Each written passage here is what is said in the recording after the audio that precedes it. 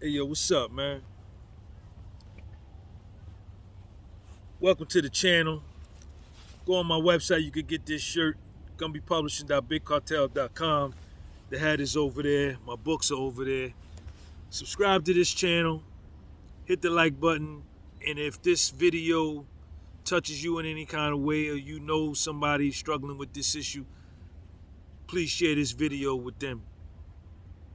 Shout out to my nigga John down at CASHLAND for the coat. You want to get this coat,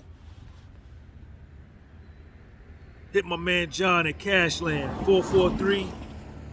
443-865-6667. Childhood trauma. Childhood trauma.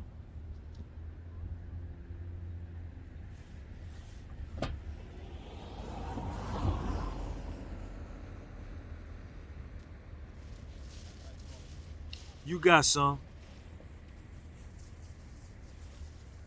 You got some.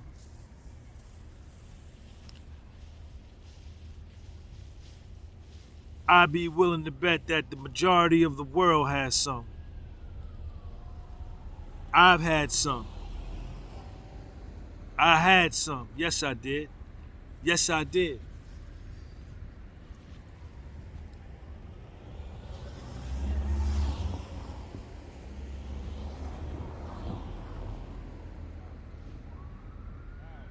If you want to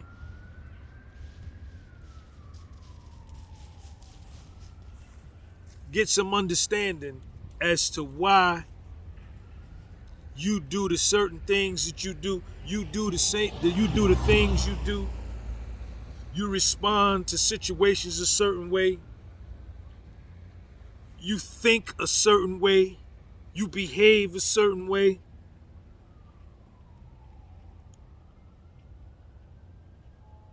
Look at your childhood trauma, right? Go back if you got the courage, because it takes nuts to go back there. It takes balls. It takes a lot of heart to go back there and look at it. Number one. Then it takes even more courage and more heart and more bravery to address it and deal with it. And then it takes even more heart and more strength to tell yourself that that's not my fault and to let it go. And to let it go.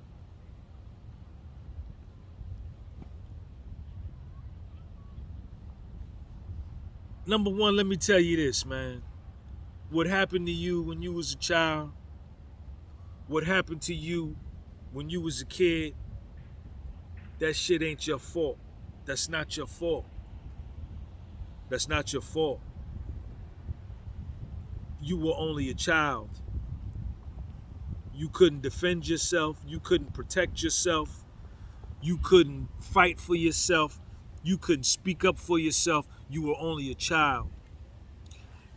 And the people that were entrusted to look after your well-being very well may have violated that trust, maybe didn't live up to their responsibility, their duty, and their obligation, because maybe they had some shit going on with them. They was fucked up because of childhood trauma that happened to them. And then the further you go back, the more do you see the childhood trauma.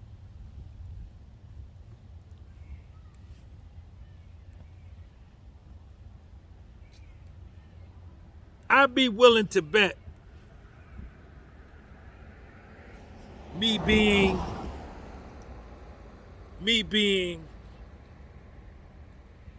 a descendant of the slaves that were brought here from Africa to America, speaking about my culture, and it very well may apply to all 8 billion of us on the planet, but that I can't speak to because I'm not Croatian, right? I'm not Pakistani, right? I'm not Saudi Arabian. I'm not Bolivian. I'm not Angolan. I'm not Kenyan, right? I'm not German. I am who I am. I'm a black American male. This is my life. This is me. The further I go back in my ancestry, from my mother's generation to my grandmother's generation to my father's generation, my grandfather, the further I go back in my ancestry, the lower the self-esteem. Check me out. Check me out. The further I go back into my ancestry, the lower the self-esteem gets, right? So what got passed down to me was generations of low self-esteem, generations of self-hatred, generational self-rejection, generational no self-confidence, and childhood trauma coming down, all the way down to me. And that's okay. That's okay. I'm not angry. I'm not angry. Because getting angry doesn't do me any good.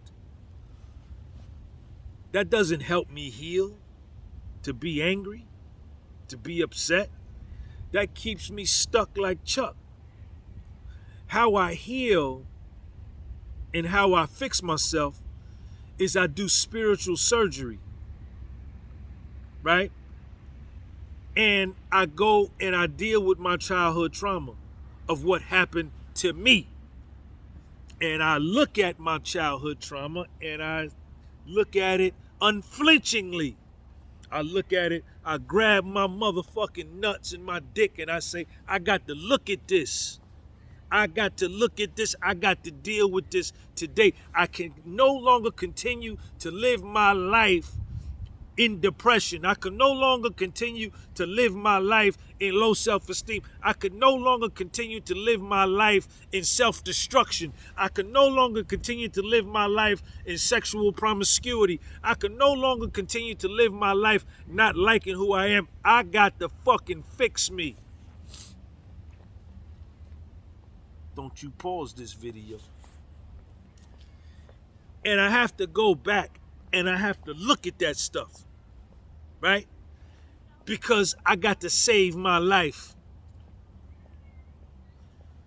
And I heal when I do that. And I go back and I look at it just for what it is. I go through the feelings of everything that happened to me as a child that traumatized me. I go through it as an adult as if it just happened 8 minutes ago. And I look at it for what it's worth, and I read it and I look at it. I write it all down. And then I say to myself, after I'm done, and it took me weeks and months to do this, for the process to germinate and for the process to complete itself. And I had to come to the conclusion one day that, all right, that happened, but that wasn't my fault. And Sean, I forgive you.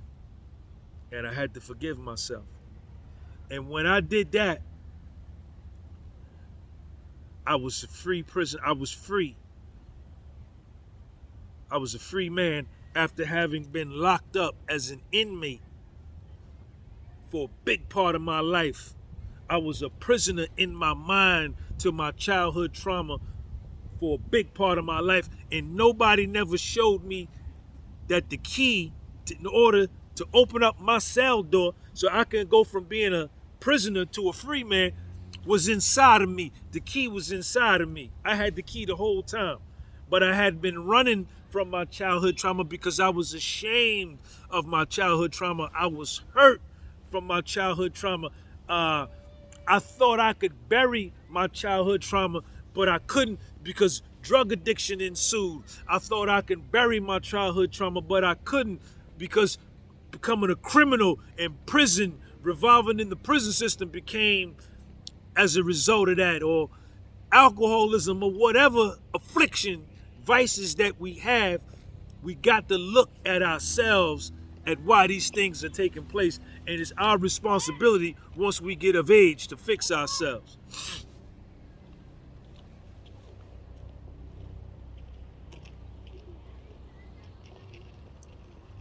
You ain't tired of running, man?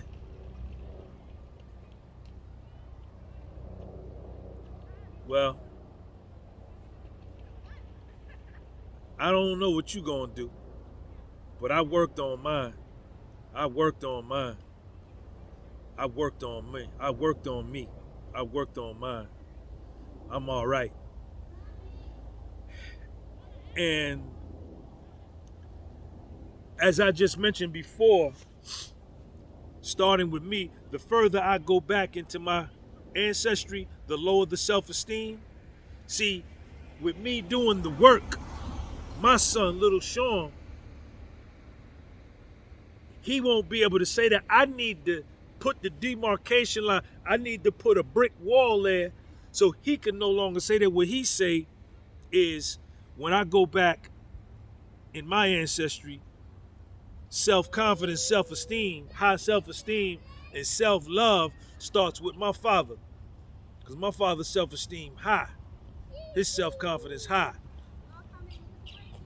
And then he gets to pass along high self-esteem, high self-confidence, self-love to his kids, my grandkids, and his grandkids, my great-grandkids.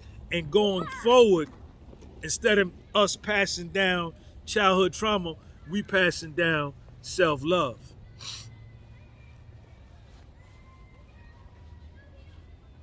Sean G, man. This is the podcast with Soul, man. Peace.